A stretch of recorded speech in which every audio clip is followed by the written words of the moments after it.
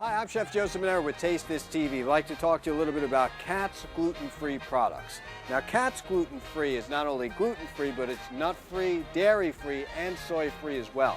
So when you're looking for a healthy, alternative, gluten-free snack, Katz has got you covered. From their powdered donuts all the way to their cherry pie, chocolate muffin, choose Katz whenever you're choosing to eat dairy-free and gluten-free. That's enough for Taste This TV. For more information, log on to the website at the bottom of the screen and check out Katz. Hi, I'm Mark with Master Purveyors, and we're here to talk about skirts today. And I'm the Flaming Greek. And Mark, what I want to ask you is what part of the cow does the skirt steak actually come off of? Well, the skirt steak comes from the inside of the forequarter. Let's take a look. So this is a forequarter. So this is the actual front of the cow. Right. So if you can see, these are the ribs. Right. And remember in Rocky, it was punch ribs. They took another That's side right. on the opposite side of the carcass. Right. You heard all the bones cracking. Well, that was this side all of the here. carcass. And from this, which is a rib section, and we get the chuck, which we get a lot of chuck roll and good meat for hamburgers. And you get your plate and your briskets. So your plate, which comes up in here, which you make pastrami's, and the briskets, which you can make a brisket. They pickle them, they make corned beef from the brisket section, and then from the front down over here, around on the other side, you can actually see a bit from the shoulder, they make great chop meat. So now I can see this is actually that one side of the cow. Here's the leg and that's where the head would go. Right. So what we're gonna do is I'm gonna show you where the skirt comes from. So, All right, so we can take this. Can we move this? yeah, sure. Let me just get this out of the way first. Things are heavy.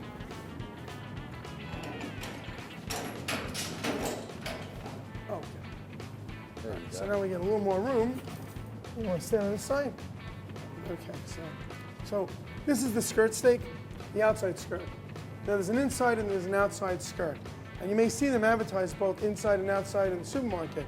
You want to avoid buying the inside skirt. The inside skirt is thinner, it's also more stringy, it's tougher. The outside skirt has more juice, more fat in it, it's more flavorful, and it's more tender. So when shopping for skirts, stay away from the inside skirt and you want to buy the outside skirt. So I'm going to cut the outside skirt out and show you how it cleans up. Please so, do. I got my tool here. So we basically, this is the, You're like a surgeon. right, well, this is where it sits. So we have to basically pull it off the carcass, right? So I opened it and exposed it, right? And I'm going to come down, see? And it'll pop right off. So it gives you a little bit more leverage. See how it comes right off? Okay. So now the skirt's been exposed. Now what we have here is I'm going to work around the hook. see, this is a 7-pound hook, and that's how we use to hold up the forequarter. Okay, so we're going to cut this down this way. See, because it's on the hook, Right. it's leveraged against the hook. Right. We normally cut this on the bench. So I'm going to just pull the meat out. I'm going to release it, and you just pull the skirt out. Okay. Got it. Okay. See, you're already a butcher's apprentice. Thank you. Okay, so let's take this into the butcher room and let's clean it up and show you what it looks like.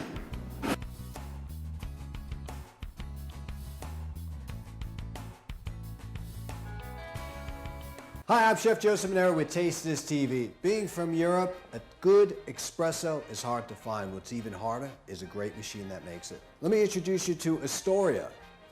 They've been putting their stamp and their label on incredible machines such as this one. And I give the stamp of approval to say that they make the espresso just the way I want it. I feel like I'm in Italy.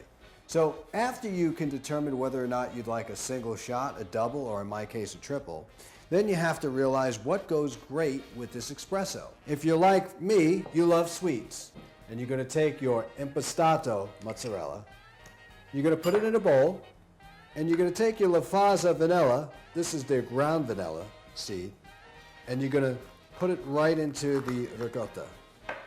Next, you can't forget La Rusticella, white truffle honey. And you're gonna take a little bit of this white truffle honey, or in my case, a lot. You're going to put that into the ricotta as well, and you're gonna mix.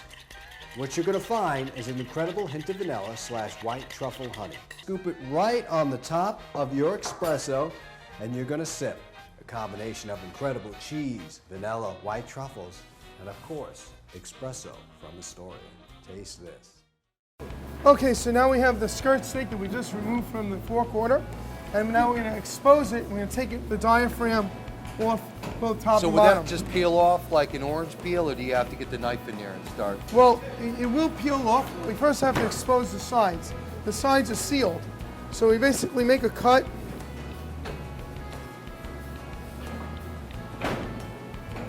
On the edge. See how he opens it up? Yes. Okay, so now we basically peel it off. See? And there's nothing you can do with that. No, that goes into the fat can. So now we have exposed diaphragm, and we're going to clean it.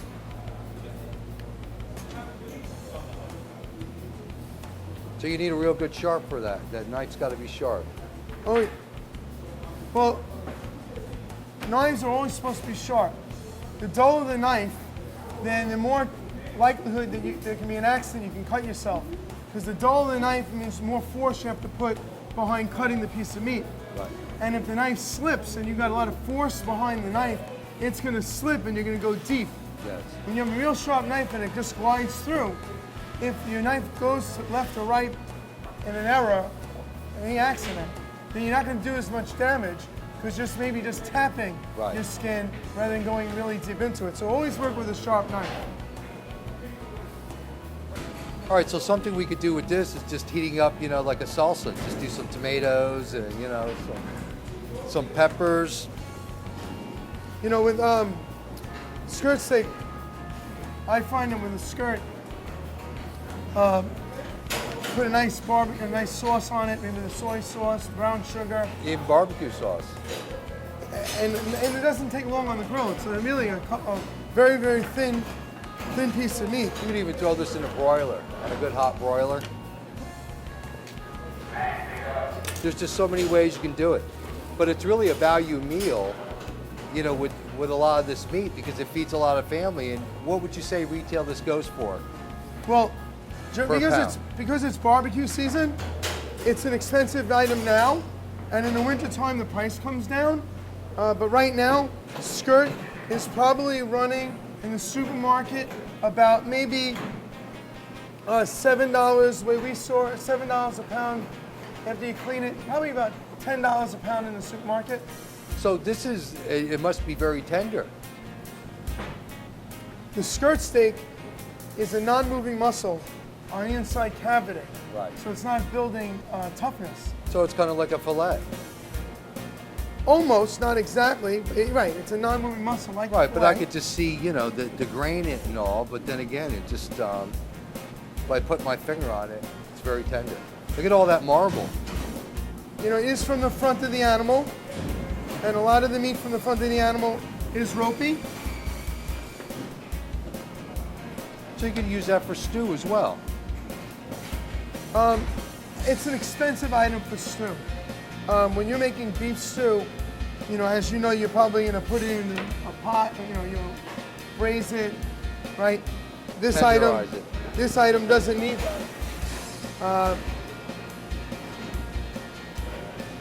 And what I'm doing right now is on the edge of every skirt steak, there's a little silver. It's like a little sinew. So I don't like that. I don't like chewing on that when I'm eating. So we clean them up completely. But you know, this guy, Mark, you know, he's the vice president of Master Purveyors. He's a perfectionist, total perfectionist. So you can see How that beautiful is that? here's the skirt. So it's always No. good to leave a little fat. It's good to leave a little fat because you want the fat dripping, making a little bit of flame in the barbecue. See, this comes off. Voila. And this is just going to burn right off, Chris. Right. When the flame hits it, it'll melt right out. And as you can Beautiful see, piece of meat. the marbling that runs through it. Now, by the way, this is all coming off of prime cattle. We're the largest prime meat distributors, probably on the East Coast, and you know, this meat came right off the carcass. So if I may ask you, this is off of a, Prime Angus steer. so this would also, at a cheaper cut, come off of a milking cow, correct? No. These are steers. And steers are different than cows. So steers are boys, and cows are girls. And basically they use cows for milking, Yes. and the steers get brought to places like my facility, which cut them up and bring them to steakhouses. So you won't find a cow in a steakhouse. So what happens with the That I cow sell when the to. cow, well that's you because you're top notch. You got the best probably in the world. But what happens to the milking cows? Don't they butcher them as well? Well, when they get to a certain age and Yeah. they're used for milking anymore, they'll actually be used maybe for ground beef. So they're not really used for any like steakhouses or white tablecloth restaurants.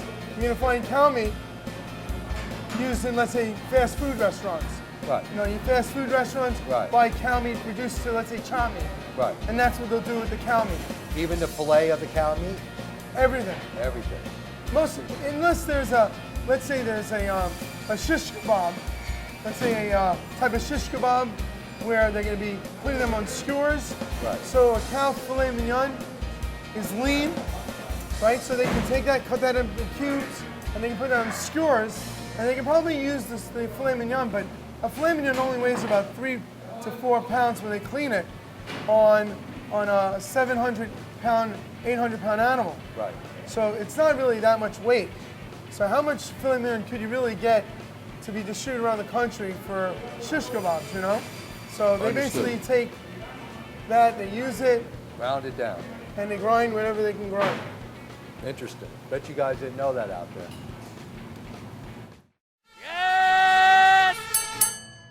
The authentic recipes for all of our products are signature to La Morena.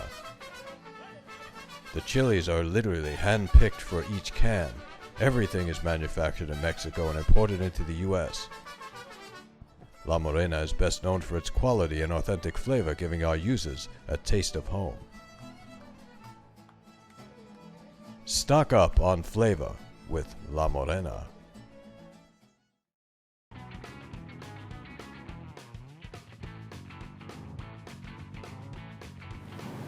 So this is our skirt. Now one more question. Do you ever age the skirt steak? No. The skirt steak, which has no bone on it, and it's always best to age meat when it's on the bone, because the bone protects the meat from shrinking. Right? So this is basically a boneless piece of meat. So it'll shrink tremendously if you're aging it. So Mark, how do you actually package that? Well, this can be packaged in a cryovac machine. We have a machine that basically puts into a bag, takes all the air out of the bag and seals it. And that way, the piece of meat is going to be preserved, and it won't oxidize, and it won't become old. How long can it stay in the bag, in the refrigerator? Well, in a bag in a refrigerator, it's 5-10 days. Because I see in grocery stores there's best, used by so-and-so date. Right. And those are basically put on by the manufacturer, like someone like myself, a suggested time to use it by. Right. There's always, the best test is the smell test. I go by the date as a monitor, as a gauge, but the best thing to do is open it up, let it sit for a few minutes, and then smell it. So if And it smells it's no good, don't cook it? No, and there may be an odor to the Right. meat. It's got to be aired out. Because remember, any time a piece of meat that's in a bag will be deprived of oxygen. And once a piece of meat is deprived of oxygen, it creates lactic acid. And that lactic acid has a little odor to it. So you can't be confused between a lactic acid odor to a spoiled odor. So they're two different things. Right. And I knew that, by the way, because I do it all the time. I'll take a piece of beef and I'll mark it down. Hey, I'll throw it on a hot grill and, it's just as good as, what it was to begin with. Right. Can't scare me. Right. Well, it's the I guess it's the coloring. If it's a foul smell and doesn't go away, then it's probably into the meat, and you wouldn't want to use it anyway because if you smell it and it's that deep, then you're going to cook it and you're going to taste it. But in World War II, that's how the French came up with their sauces or whatever, because the beef, they didn't have refrigeration. So, they came up with these sauces and liqueurs to cover up the actual, taste of the bad beef. But that's why the French are creamy and this and that. And Well, it doesn't smell, does it? no, it's perfect. All right, Mark, how about if I take this back with me to the grill and you're coming with me and I'll show you what I can do with it. That sounds great. Great. Thanks for coming to Master Purveyors. Thank you. Hi, I'm Chef Joe Seminara with Taste This Television, here to talk to you about Accelerator Hand Dryer. Keeping up with hygiene, washing my hands, and making sure that there's no transfer of bacteria is important for me and Taste This TV, which is why I rely on a machine like Accelerator to dry my hands. It's efficient, it's strong, and it's powerful, and it only uses up electricity and energy when you put your hands under and take them away. So for drying my hands in the kitchen, I rely on the Accelerator to handle all of those needs. For more information, log on to the website at the bottom of the screen.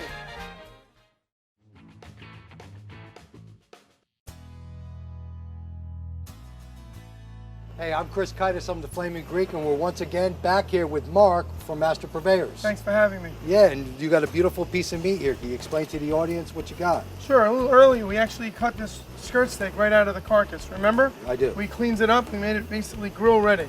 So this is one of my most favorite cuts of beef, because for a barbecue, 2 minutes on one side, 2 minutes on the other, and you're ready to go. So if you just take a look how much marbling we talked about, and leaving some fat on top of the steak because that'll melt out right into the grill. You need a little fat to help melt out and create a little flame and caramelize on the steak.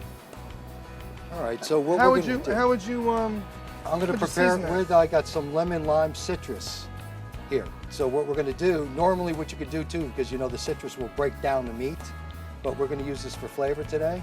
So we're just going to take this, we're just going to dip it in here, and throw it on a grill.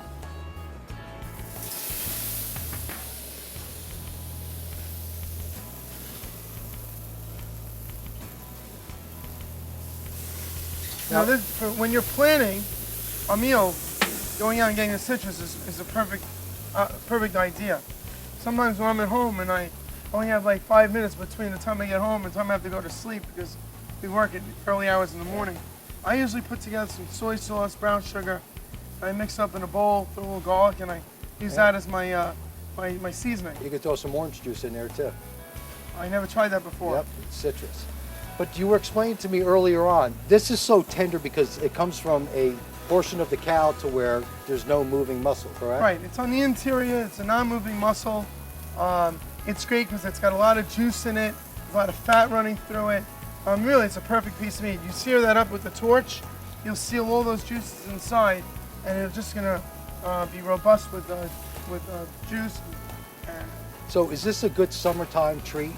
People during the summer are barbecuing? well, Very popular. skirt steak right now during August, the summer months, ending up in maybe September, is probably it's at its highest price because it's in high demand. It's a big barbecue item. So this is really the time to get them because they've actually been, they're so perfect right now. Yeah, it's like a commodity. They go up, they go down. Right. And as we go into the colder season, other cuts become more popular, short rib and not as much skirt. So if I may ask you, how much do you sell of this, let's say, in a year, pounds-wise? Wow. I never really calculated it. I would have to assume that we probably sell about maybe 10,000 pounds of Wow. skirts a week. A week. A week. Wow, that's a lot of beef. Yeah. That's a lot of beef. And then the summer months. And then when we get into the fall and this winter, it goes back down to about maybe 4,000 pounds. And it goes Less- down in less price than too. half. And it goes down in price. So it's a Well, it value. Sorry? It's a value. It's a value, yeah. It's value during the colder season. Now, can you do this as we do other steaks, medium rare, well done? Well, a couple minutes on, a couple minutes off, it's going to be medium rare. You don't really want to overcook a skirt steak because it's so thin, it's going to cook quickly and it'll just dry out. So the best to eat a skirt steak medium rare at most, and then that would be perfect. All right, torch.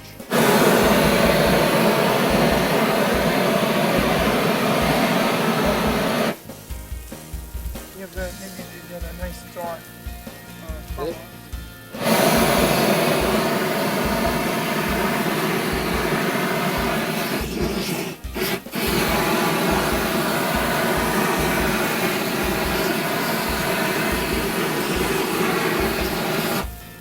Wow, looks great. This is fast food and it's good for you. Right. I'm gonna turn it over. Yes, please. Try to use prongs instead of forks when you flip. This way it doesn't puncture holes in the steak to allow all the juice to come out. That's beautiful. Now, really, you could do any side you want to do with this. Vegetables, potatoes. Yeah, and when I usually do skirt steak, a big piece of meat like this, I don't really have time for the sides. I just eat as much of it as I can until I'm full. Jump into it. Right. The sides is just a distraction. Yes, it is. Everybody focus on the beef. Well, to be fair, sometimes I take onions, I wrap them up in tin foil, and I put that on the grill so they become caramelized as well. And I'll use caramelized onions with the skirt.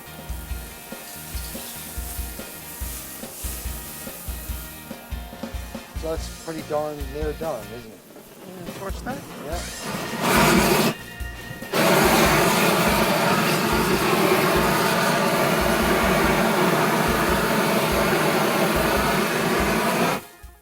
For generations, our family has perfected authentic Mexican dishes, from seasoned chicken and beef to carnitas, arroz, and barbacoa.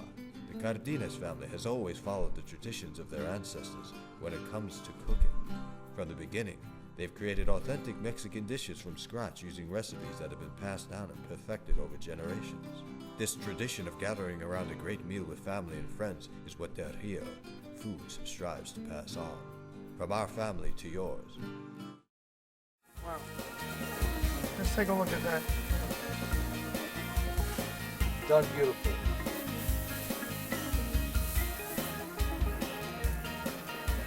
That's great. And that's really like a piece of filet mignon. I'm talking about the actual tenderness. Right. Well, the juiciness, the flavor is overpowering with this piece of meat. This is really an enjoyable steak. I really just can't wait to get my teeth into it. So when you compare this to a filet mignon, this is more flavor. Right, this is flavor, and based on the grade quality, it's also tenderness. You know, a prime skirt steak is not that much more money than a choice skirt. So if you're going shopping, try to look for the prime skirts, because there isn't really that much of a disparity between choice and prime on price. And it's better to go for a little bit more money to get a better experience. So are we ready? Yeah, so let's grab another plate. Okay.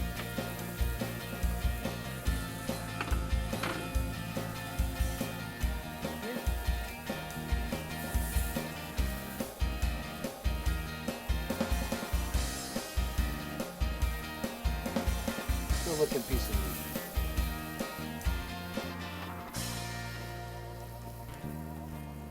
All right, so should we let this rest as well? Yeah, well, any steak coming right off the fire should be allowed to relax a few minutes so this muscle can get back into its natural state. Right now, it's been shocked with so much heat that all the muscle actually tightened up. So it's now we going to want- reverse. Yeah, So now it's going to relax and let it settle. Hi, I'm Chef Joe Seminara with Taste This Television. Take a look at this gear right here. Chef Revival knows how to form comfortability for chefs out there.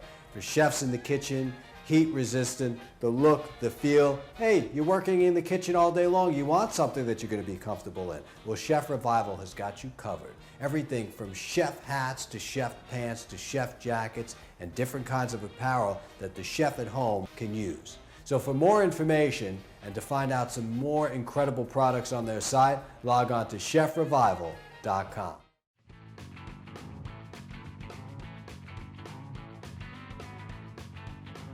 So, take the steak, cut it up.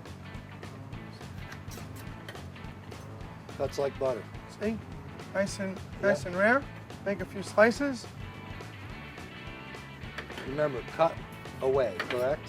Right, cutting away on an angle, right? Yes.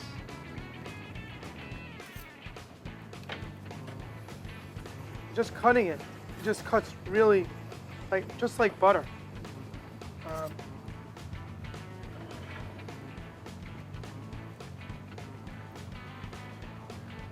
So easy, the knife goes right through it. But all in all, that's a very lean piece of meat. No, it's actually, this Well, is very when you- lean on the outside because Yeah, we trimmed it. Right. Inside the muscle, it's very, very fatty But because it's prime. Yeah, but look what happened. All that went away. It melts right out. Yeah. Thank you. Delicious. Oh, you can taste the citrus. Yeah. Oh, it's delicious. Basically, you put it in your mouth and 1 or 2 chews and it's done.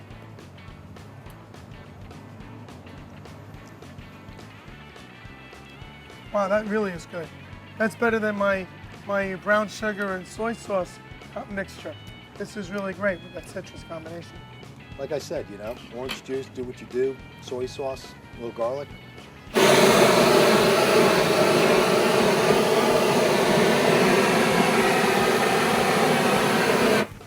All right, guys, that's another episode of The Flaming Greek.